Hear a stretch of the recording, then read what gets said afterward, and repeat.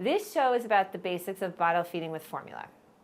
There are really 3 different main types of formula, and you're going to talk to your doctor and figure out which one is the right choice for you, but I'm going to quickly run through them here, okay? Number 1, cow's milk formula. I've got some examples here. I have Similac, and I have Enfamil.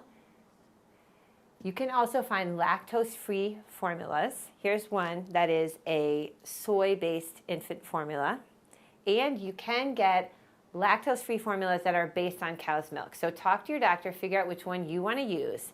When it comes to what type of formula, again, 3 main types. Powdered formula, and then you can also get liquid formula or concentrated liquid formula. Now, most people I know use the powdered formula for a couple reasons. Number 1, it's very easy with powdered formula to make smaller or larger quantities and not to waste it. It's also good storage-wise because it doesn't take up as much space and it does tend to be cheaper. However, if you're going on a long trip or something like that and you don't think you're going to have access to water, you might want to consider one of the liquid formulas. It's sort of a nice option. So in terms of how to prepare and store powdered formula, first, make sure you use an iron-fortified infant powdered formula per the recommendation of the American Academy of Pediatrics during your baby's first year of life. Always check the expiration date on the formula can. Formula can go bad and can be unsafe for your baby. Once a can is open, it's good for 1 month. Lastly, formula actually has a very short shelf life after the powder is mixed with water. So do not leave powdered mixed formula at room temperature for more than an hour, and always throw out what your child does not drink. Good reason not to make more than you need. Once you mix the powder with water, it will keep for up to 48 hours in the refrigerator. Okay, now, can I use tap water in making formula? This is something on which you should check with your doctor. I did talk to my doctor about this, and he said in New York City it's fine, but you have to make sure because in some cases, actually, fluoride levels can be too high, and doctors will want you to alternate between using tap water and using other types of water. So this is something you should check out. Okay, so let's now get down to the mechanics of how you're going to prepare your formula. Now, the first thing you want to do, you want to make sure you have a very sterilized bottle and nipple and that your hands are clean. So wash your hands carefully. And here I am. I've got my bottle. I'm going to use a Born-Free bottle. And Born-Free actually has these nice inserts. These all, of course, have to be clean too. And the first thing I'm going to do is I'm going to put my water in my bottle, not the other way around, because that can skew the measurements of the formula. So I'm just for demonstration purposes, I'm going to pour up to 4 ounces, and I'm using my Brita. So this is tap water, but it's sterilized tap water. So I go right up to the 4 ounces on the bottle, and then I'm going to add my formula. I'm going to use the one that I've already opened. Wait, not that one. I got to get the Similac.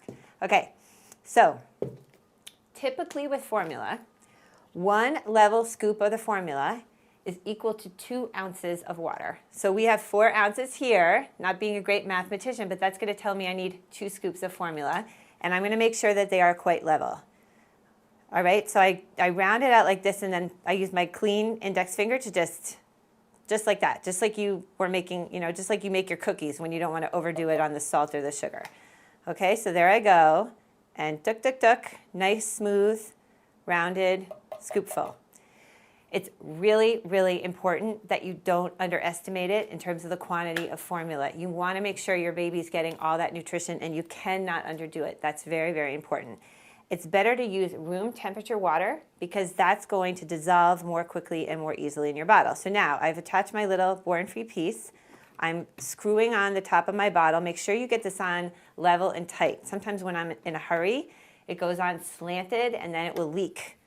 Then I'm going to put on my top, and I'm just going to shake, and I'm going to wait, and those clumps are going to go away, and I'm going to wait until the formula is completely dissolved into the water. Do not give it to your baby before it's completely dissolved into the water, okay? I'm not drinking this on camera, guys. You're going to have to imagine how good it is for the baby. I'm not going to go that far, but I'm going to make sure it looks totally incorporated. Okay, looking good. Shake it back and forth, looking good. Okay, let's talk a little bit about warming up your baby's bottle and how you're going to want to do that. Do not warm bottles in the microwave. This can cause unevenness in temperature. The best thing to do is to take your prepared bottle of formula out of the fridge 1 hour prior to use, or place your bottle in a pan of hot water. Then test a few drops on the back side of your hand to make sure it's not hot but just lukewarm. When it comes to bottle feeding your baby, and I'm a big fan of back position, but make sure that you're sitting in a way that's very comfortable for you and the baby is nicely propped up. And you want to make sure that her head is over her tummy. And then when you give her the bottle, I'm going to keep the top on here because otherwise it's going to start to leak down. You want to make sure that there's no air at all in this nipple area so that there's not any excess air that your baby is ingesting, because this can cause colic or gas in a very, very fussy baby. So you're going to sit like this. You're going to prop up your bottle. It's going to be kind of coming from up above, and you're going to start giving your baby the bottle in that way. So I hope that these little tips will help you in giving formula to your baby, and I'll see you next time.